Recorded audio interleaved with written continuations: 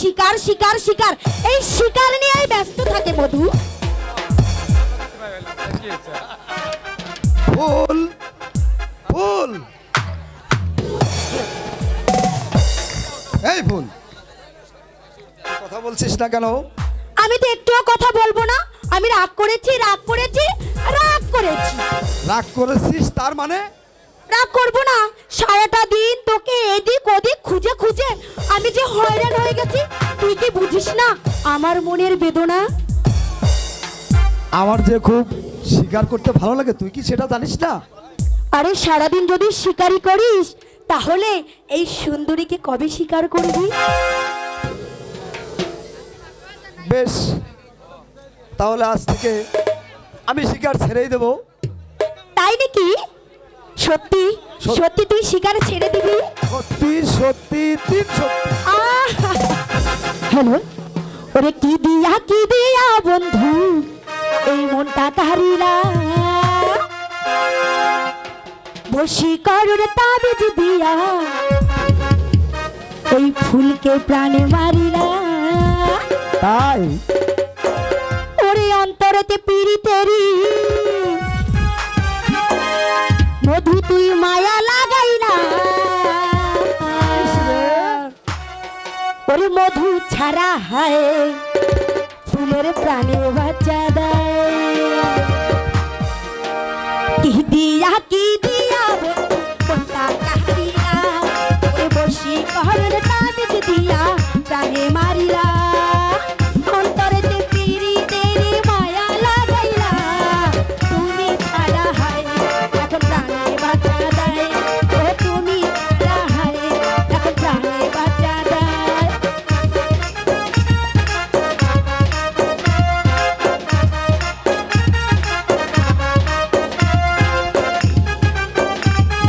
Hello,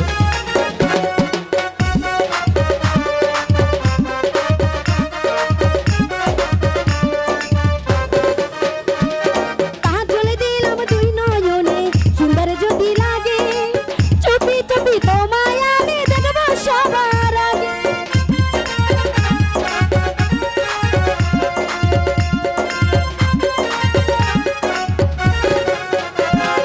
কাজল দিলাম দুই নয়নে সুন্দর যদি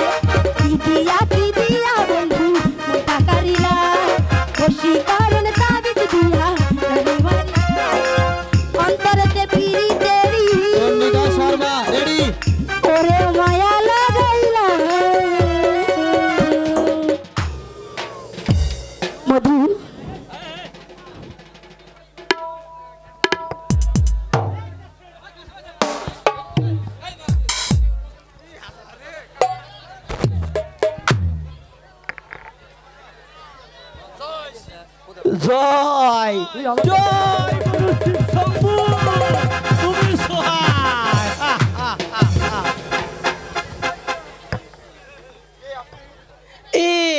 আমাদের তুমি চিনতে পারবে না বাবা, আমি এক সংসার থেকে ফকির, এই পথে জঙ্গলে ঘাটে মাঠে এই ঘুরে বেড়াই আমার কাজ বাবা। এখানে কি চান আপনি? ও না মানে এই তোমাদের কি আছে, আমি কি বা চাইবো বলো তোমা দেখি। এই তবে তোদের যোগ্য মিলনের মধ্যে যাতে কোনো ব্যাঘাত না ঘটে, এই সেই জন্যে আমি এসেছি। আপনি মানে আমাদের এই মনের কথাগুলো সব কিছু জানতে পেরেছি বাবা। তাই আর এটাও যদি না বুঝতে পারি তাহলে আমার যে এতদিনের সাধনা একেবারে ব্যর্থ হয়ে যাবে বাবা। আচ্ছা দেখি তোমার হাতখানা।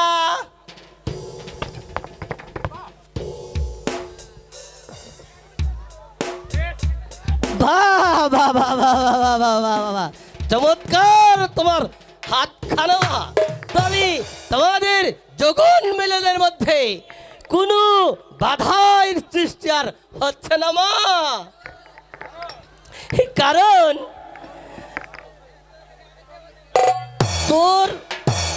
তোদের ভালোবাসার মধ্যে কিঞ্চিত পরিমাণ ব্যাঘাত ঘটতে পারে মা। বলুন বাবা, কি হলো? এই বাধা থাকলেও আমি ওটা সারিয়ে দিব মা। আচ্ছা মা বলো তোমার নামটা কি বলো? আমার নামটি যে ফুল। বাহ বাহ বাহ বাহ বাহ বাহ, সুন্দর নাম তো। তবে তোমার পিতার নামটা বলো তোমা দেখি। আমার পিতার নাম হচ্ছে নিরন্তন। বেশ বেশ বেশ বেশ বেশ, good good good good good, একেবারে একের নাম হয়ে গেছে। এবার বাবা তোমার নামটা কি বলো তো দেখি। বাবা আমার নাম মধু। হ্যাঁ? বলে কি মানে ফুল আর মধু, মধু আর ফুল।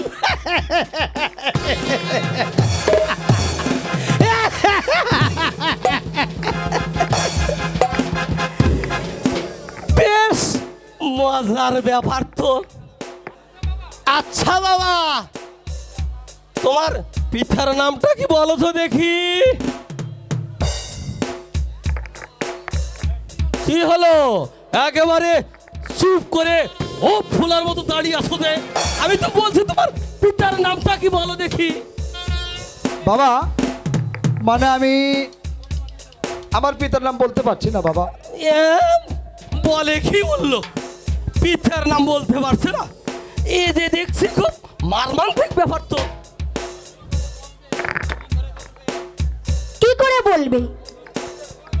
মধুর জন্মের পূর্বে ওর বাবা যে তার মাকে আমাদের বাড়িতে এনে আশ্রয় দিয়েছিল, তারপর ওর জন্ম হওয়ার পর আজ পর্যন্ত ওর বাবাকে যে দেখেইনি। তাহলে যে ব্যাপারটা যে খুব মারমান্তিক মা। যাকে এবার বাবার নামটা যে তো বলতে পারলো না, এবার মায়ের নামটা বললে চলবে মা। আমার মায়ের মায়ের নাম নাম? সতী।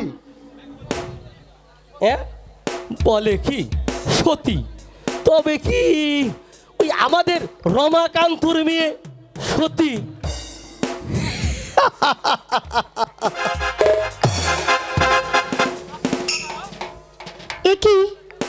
কি ভাবছেন বাবা আপনি? না মা ও কিছু না বাবা। যাকে এই আগামীকাল সন্ধ্যায় এই এখানে আমার সাথে তোমরা দুজন মিলে এই জায়গাতে কিন্তু সাক্ষাৎ করবে। তারপর তোমাদের মিলনের মাঝখানে যেত কোনো আঘাত না ঘটে, এই আমি কিন্তু সেই ব্যবস্থা করে আবার এই জায়গায় আসবো মা। সত্যি করে দিবেন তো বাবা? হ্যাঁ, মানে সতী, আমাদের রমাকান্তর মেয়ের সতী, কি করেন আপনারা? এবার আমার মনের বাসনা পূরণ হয়ে গেছে নাকি? এবার হুজুরের কাছে সোমবারটা দিলে আমাকে কিন্তু মোটা অঙ্কের বকশিসে দিব। জয় জয় গুরু শিব শম্ভু, তুমি সহায়।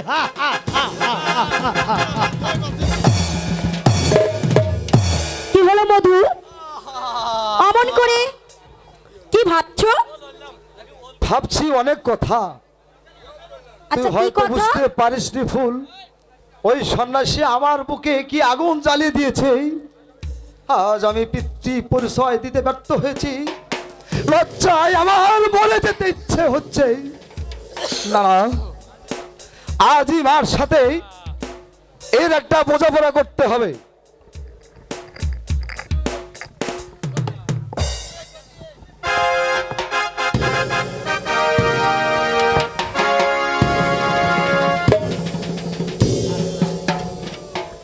মধু, ফুল, তোরা মা এখানে। এদিকে আসছে।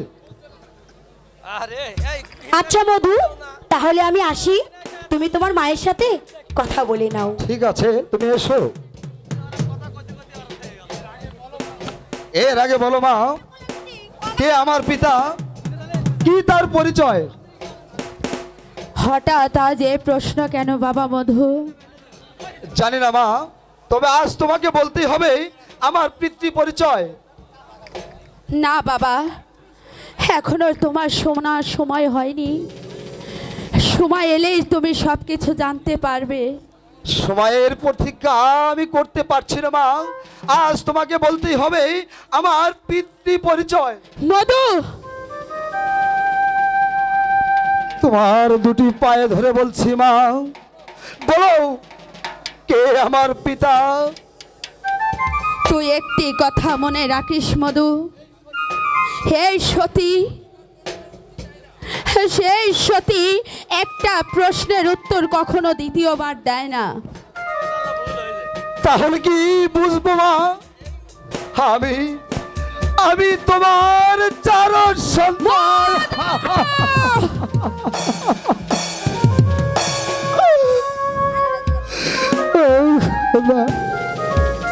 মধু,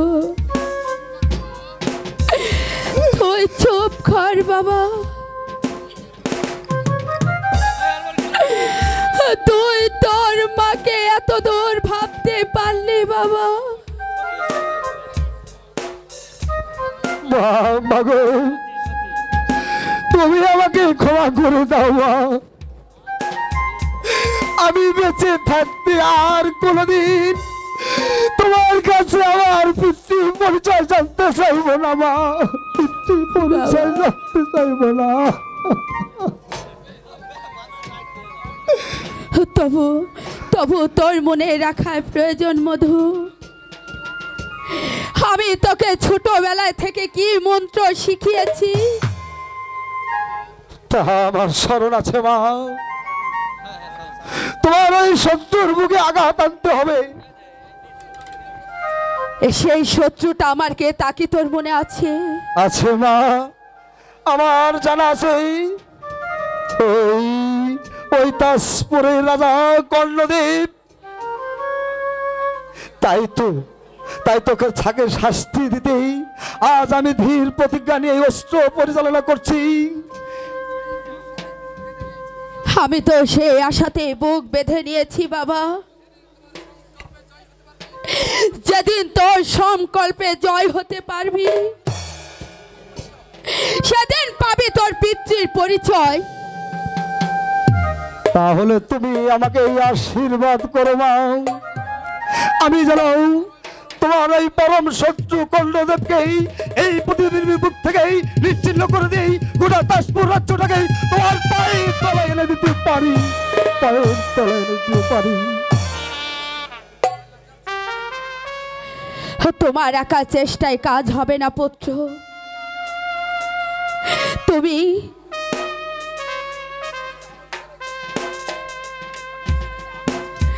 আমি শুনেছি আদিল শাহ নাকি ওই শয়তানের বিরুদ্ধে কিছুতেই একা পেরে উঠতে পারবে না।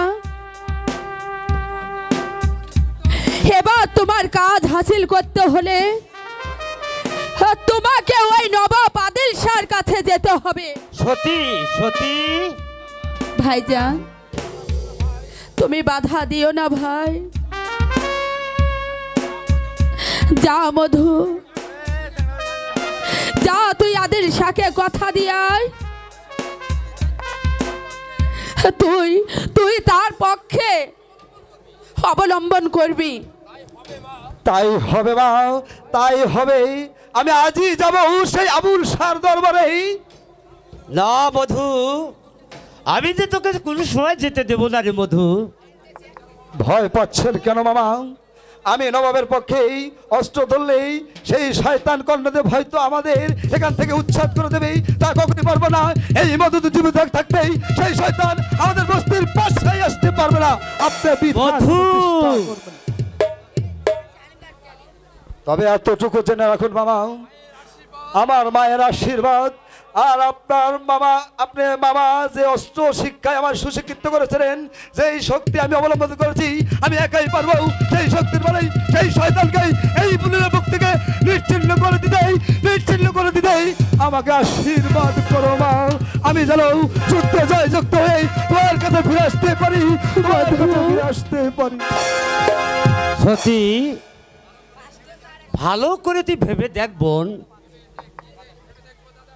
আমি আর কি ভেবে দেখবো দাদা? ওই শয়তানটা ক্ষমতার গর্ভে অন্ধ হয়ে এই সতীকে যে অসতী বানিয়ে দিয়েছে,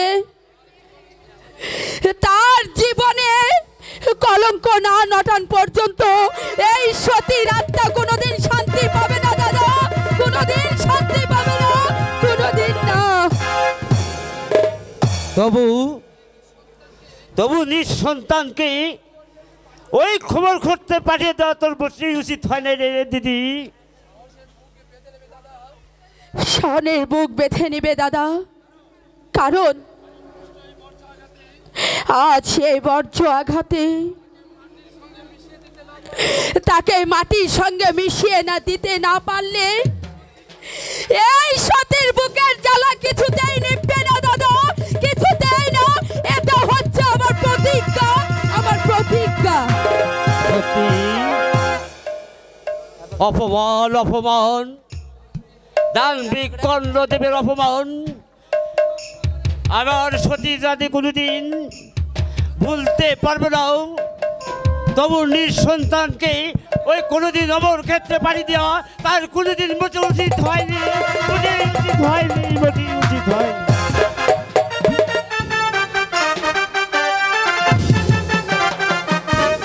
বসন্ত এলো, কোকিল ডাকছে, পাখিরা মনের সুখে বনে বনে গান গাচ্ছে। এমনি ভাবে আমার জীবনে কত বসন্ত কেটে গেল, কিন্তু কেউ তো আসছে না। আমার এই বসন্তে ঝড় বয়ে দিচ্ছে।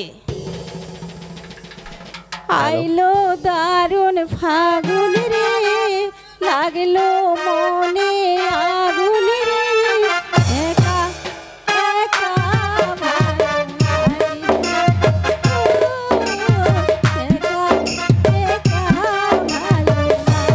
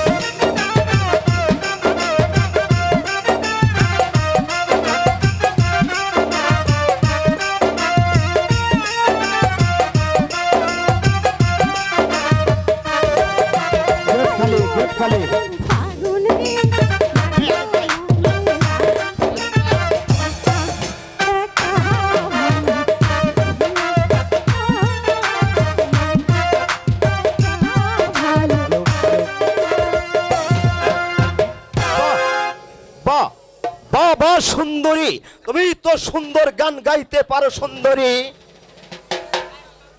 কে? যুবরাজ, আপনি এখানে? তোমার যে ওই মধুময় কণ্ঠে, তোমার ওই সুন্দর গান সে আমাকে পাগল করে নিয়ে এসেছে সুন্দরী। যুবরাজ, আর তুমি কি কথা জানো কাঞ্চন? এই প্রাসাদে আজ আমি বড় একা। আমার সেই শূন্য হৃদয়কে কত দুঃখ যন্ত্রণা, তা যে আমি তোমাকে বুঝে জানিতে পারছি না সুন্দরী। তাই তো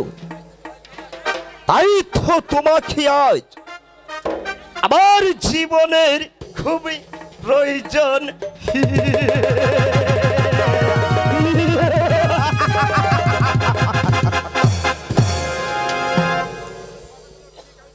আপনার কথাগুলো ঠিক আমি বুঝতে পারলাম না। এত সহজ কথা তুমি বুঝতে পারলে না সুন্দরী।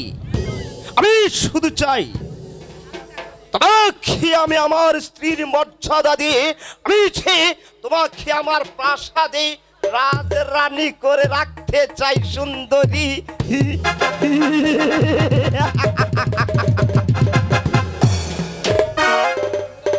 যুবরাজ, আমি দুঃখিত যে আপনার প্রস্তাবে আমি রাজি হতে পারবো না। কেন? সুখের আশায় এই কাঞ্চন কোনদিন একটা অমানুষের পায়ে নিজকে বিয়ে দিতে পারে না। এত দেমাক তোমাকে যে কিভাবে বশ করতে হয় তা যে আমার ভালো করে জানা আছে।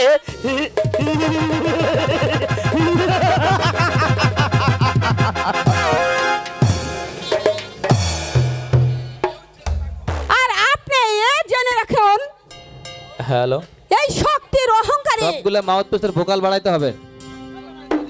কাঞ্চনকে যদি আপনার স্ত্রী হিসাবে পেতে চান, তাও জীবিত না, মৃত্যুর পরে। মৃত্যুর পরে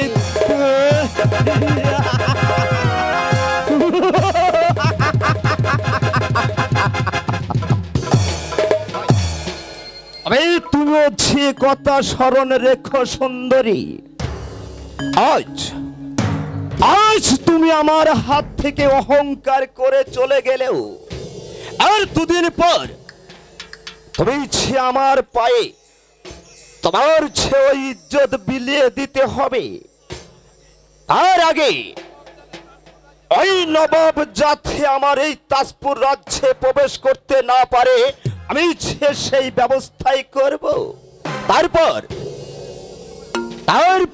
সুযোগ বুঝে তোমাকে, কে আছিস, ওই সেনাপতি নকুল সেনকে আমার এই রাজ দরবারে পাঠিয়ে দে। ওর সাথে যে আমার শেষ বোঝাপড়া আছে।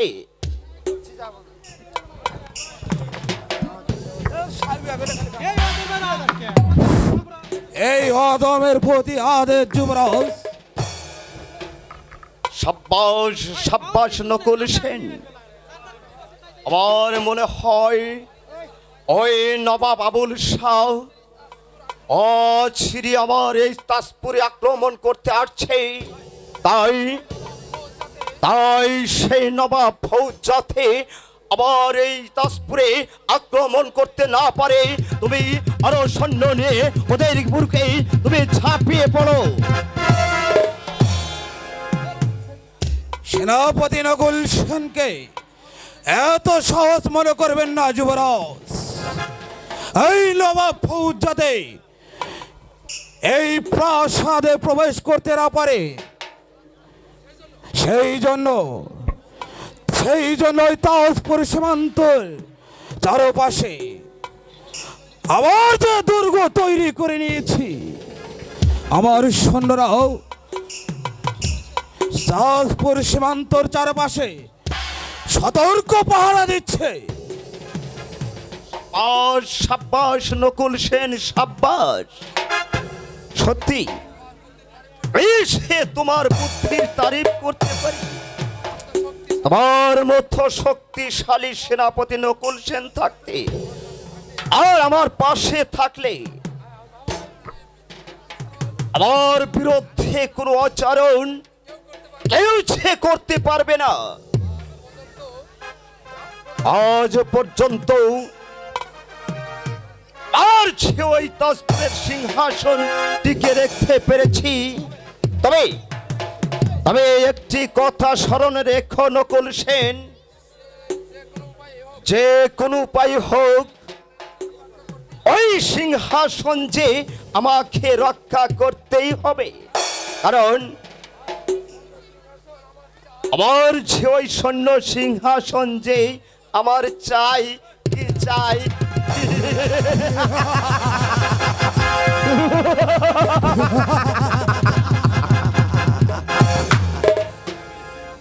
আমি জীবন দিয়ে হলেও আপনার এই স্বর্ণের সিংহাসন আমি রক্ষা করব যুবরাজ, রক্ষা করব। কারণ যার অনুগ্রহে আজ আমি সেনাপতি পদে বহাল হয়েছি, সেই প্রভুর ইজ্জত রক্ষার্থে আমি নিজের জীবন দিব। তবু তবু তবু নিজের প্রভুর সাথে বেইমানি করতে পারবো না, পারবো না।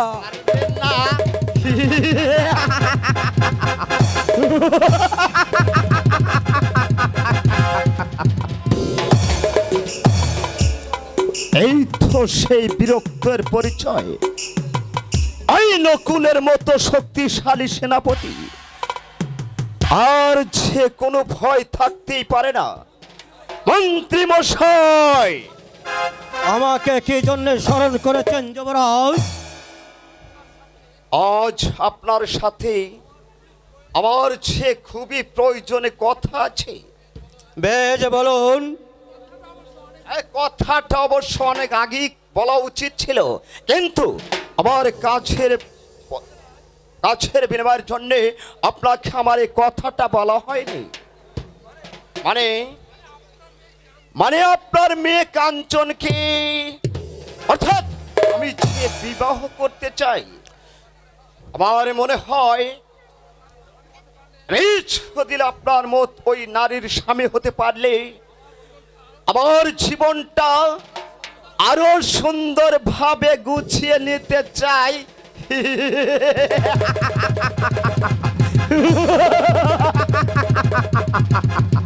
যুবরাজ, আপনার মুখে এমন কথা আমি কোনোদিন আশা করিনি। কেন মন্ত্রী মশাই, আপনার মেয়ে হবে রাজরানী আর আপনি হবেন আর রাজার শ্বশুর। তা কি আপনি চান না? না, লোভের নেশায় আমি কোনোদিন করিনি, তাই আজ লোভের নেশায় নিজ কন্যাকেই একটা শয়তান জানোয়ারের হাতে কোনোদিন তুলে দিতে পারি না। আর আমি শুধু আপনাকে আরেকটি কথা বলতে চাই, আপনি আমার প্রস্তাবে রাজি কি না? না, মন্ত্রী সহদেব একবার যে কথা বলে সে কথা দ্বিতীয়বার কোনোদিন উচ্চারণ করে না। আপনার চাকরি করছি বলেই জেনে শুনে একটা নিষ্কলঙ্ক মেয়েকেই শয়তানের হাতে কোনোদিন তুলে দিতে পারি না আমি।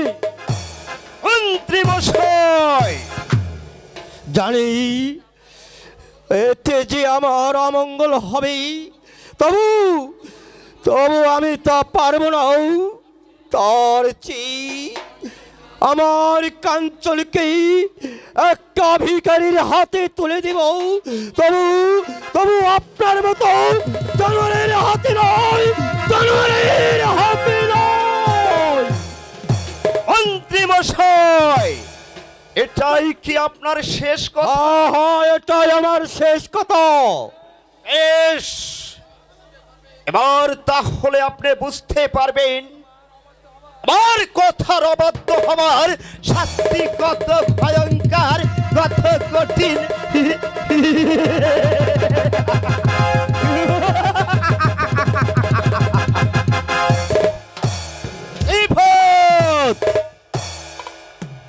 তো কথার কথা হুজুর, আমাকে কি জন্য স্মরণ করেছেন?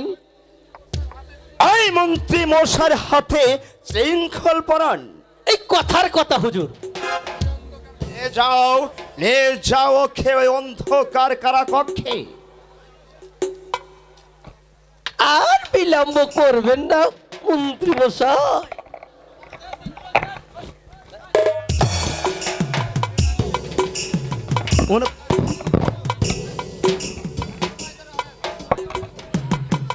আর ওকে নিয়েছে ভালোভাবে শাস্তি দিন, যেন ওর মেয়েকে আমার হাতে তুলে দেবার জন্য সে রাজি হয়ে যায়। এই কথার কথা হুজুর, আমি তাই করছি। চলেন মন্ত্রী মশাই, চলেন দেখি। সাবধান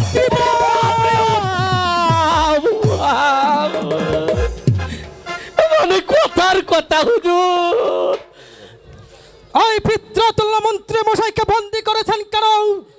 এর জবাব কি তোমার কাছে দিতে হবে চিত্রসেন? হ্যাঁ হ্যাঁ, অবশ্যই দিতে হবে। ত্রিপদ মুক্তি করে দাও ওই মন্ত্রী মশাইকে। সে মুক্তি পাবে না। তাহলে যে আপনাকে আমি বন্দী করতে বাধ্য হব রাজা। চিত্রসেন, আমার এত বড় স্পর্ধা দেই হবে রাজা। এতদিন যাবৎ আপনাদের অন্যায় অত্যাচার মুখ বুজে সহ্য করে এসেছি, কিন্তু কোনো প্রতিবাদ করিনি বলে আজ আপনার পিতৃতুল্য মন্ত্রী মশাইয়ের অপমান আমি কিছুতেই সহ্য করতে পারছি না। এখনই বলছি, ভালাই ভালাই যদি এই মন্ত্রী মশাইকে মুক্তি করে না দেন, তাহলে আমিও আপনাকে এই তলার আঘাতেই আপনার পক্ষে বসিয়ে দিয়েই আদায় করে নিব সকল রাজা নিরপরাধীদের ন্যায়ের অধিকার। শয়তান, দেখা যাক কার বাহুতে কত শক্তি আছে। তাই হোক, তবে তাই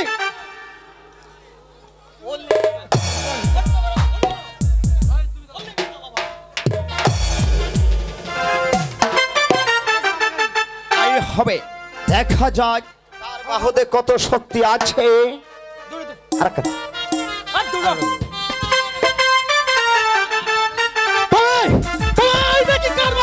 শক্তি।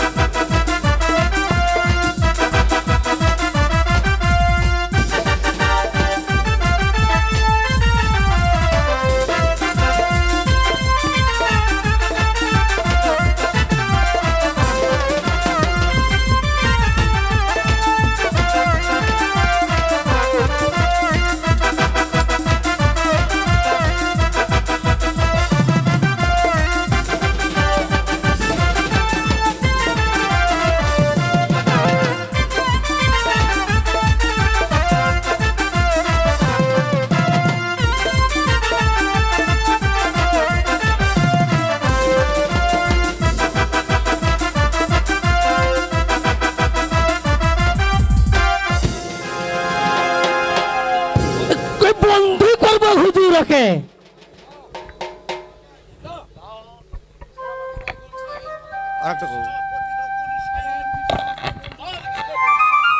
ছিল তাই নকুলের পুত্র বলেই প্রথমবারের মতো আমি ওকে ক্ষমা করে দিলাম।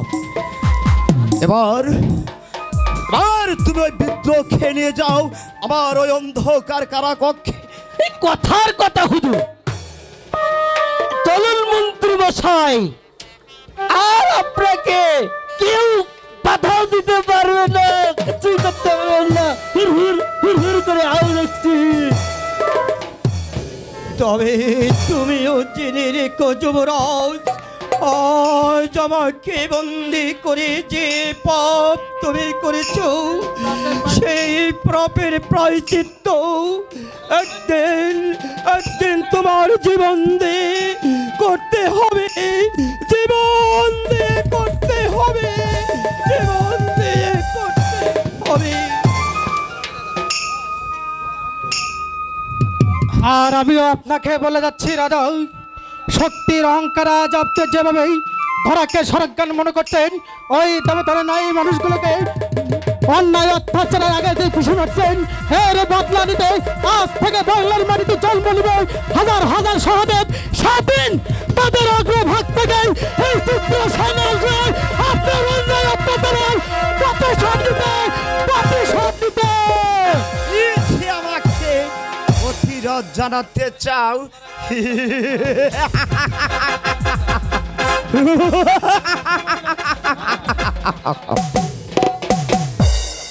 আর পূর্বে আমি তাদেরকে নিশ্চিহ্ন করে দিব, তোদের মতোই জানোয়ার গুলোকে।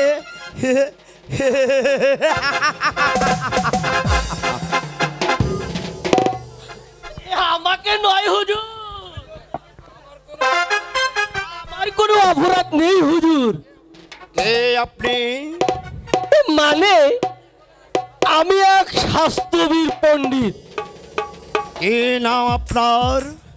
আগে শ্রী শ্রী মহাশাস্ত্রবীর চণ্ডীদাস শর্মা। বলুন, কি জন্য আপনি আমার রাজ দরবারে আগমন? এই মানে কথার কথা হুজুর, এই হুজুরের মঙ্গল কামনায়, অর্থাৎ হুজুরের নিজ হাতে যে মৃত্যুকূপ তৈরি করেছেন, এই তার একটা যথাযোগ্য এই ব্যবস্থা নিতে হবে হুজুর। মৃত্যুকূপ? কোথায় কোথায় সে আমার মৃত্যুকূপ? আগে ওই পলাশ ধারের মনে ওই শালা কাঠুরিয়া ওই বস্তির ধারে, এই সেখানে নাকি একটা ওই বাসা আছে, এই সেই বাসাতে দেখি শালা কাঠুরিয়া থাকে, আর সেই জায়গায় আপনার মৃত্যুকূপ তৈরি করেছে হুজুর। অর্থাৎ আপনার কথাগুলো আমি ঠিক বুঝতে পারছি না, আপনি আমাকে ভালোভাবে বুঝিয়ে বলুন। এই সেই জন্যই তো হুজুরের কাছে কেদ পানি নিয়ে শুনে হুজুরের কাছে এসে হাজির হলাম। এইটা আমি জানি হুজুর আপনি এত সহজেই বুঝতে পারবেন না, তাই আপনাকে আমি বুঝিয়ে সুদিয়ে সব কিছু বলে দিচ্ছি হুজুর। বলুন। এই যে আমাদের ওই রমাকান্তর মেয়ে ওই সতী, সতী? হ্যাঁ হ্যাঁ, ওই হারামজাদি সতী। সতী কি করেছে? এই যাকে আপনি এই ধরে নিয়ে এসে এই হরণ করেছিলেন হুজুর, এই সেই তার প্রতি হিংসায়, তার প্রতিদান দিতে এর সেই সতীকে ওই শালা কাঠুরিয়ে বস্তিতে ঠাই দিয়েছে হুজুর। আর সেখানে এই তারও একটা পুত্র সন্তানও হয়েছে হুজুর। পুত্র সন্তান হয়েছে? হ্যাঁ হ্যাঁ, পুত্র সন্তান হয়েছে, সেই সন্তানই হচ্ছে আপনার মৃত্যুকূপ হুজুর। আমার মৃত্যুকূপ? হ্যাঁ হুজুর, আপনার মৃত্যুকূপ। সতী, তুমি তাহলে তোমার পুত্রকে দিয়ে আমার প্রতিশোধ নেবার চেষ্টা করেছ? এই কথার কথা হুজুর, এই তো হুজুর একেবারে সড়ক ঘাটার মতো বুঝে সুঝে নিয়েছেন। পণ্ডিত মশাই, সংবাদটা যখন আপনি আমাকে দিয়েছেন, আর সেই পাপিষ্ঠা নারী আবার সে গতি করতে পারবে না। এই সেই জন্যই তো এত পরিশ্রম করে হুজুরের কাছে ছুটে এসেছি। পণ্ডিত মশাই, আমি তাহলে স্পষ্টভাবে বুঝতে পারছি আপনি আমার একমাত্র হিতাকাঙ্ক্ষী মঙ্গল প্রার্থী। আর তবে সে যাতে আমার কোনো ক্ষতি করতে না পারে, আপনি তাহলে সেই ব্যবস্থা করুন পণ্ডিত মশাই। তার আমাকে বলতে হবে না হুজুর, তার প্রতিদানে আমাকে কিছু বকশিশ দিলে হবে হুজুর। আপনাকে খুশি করতে আমি আপনার কাছে কোনোদিনও কৃপণতা করব না। আপনাকে খুশি করতে আমার যত টাকা যায় যাক, তাহলে যে আপনি আমাকে মৃত্যুর হাত থেকে বাঁচাবেন, এতে আমার যত যায় যাক, তাতে আপনাকে খুশি করবই আমি। এবার তাহলে আসুন আমরা এখন বিশ্রামের ব্যবস্থা করি।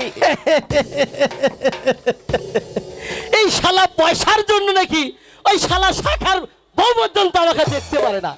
এবার থেকে হুজুরের কাজ করে কিছু টাকা পয়সা দিয়ে এই শালিকে পায়ের তালু থেকে মাথার চাঁদি পর্যন্ত এই সাজিয়ে গুজিয়ে এবার হানিমুন করতে যাবো।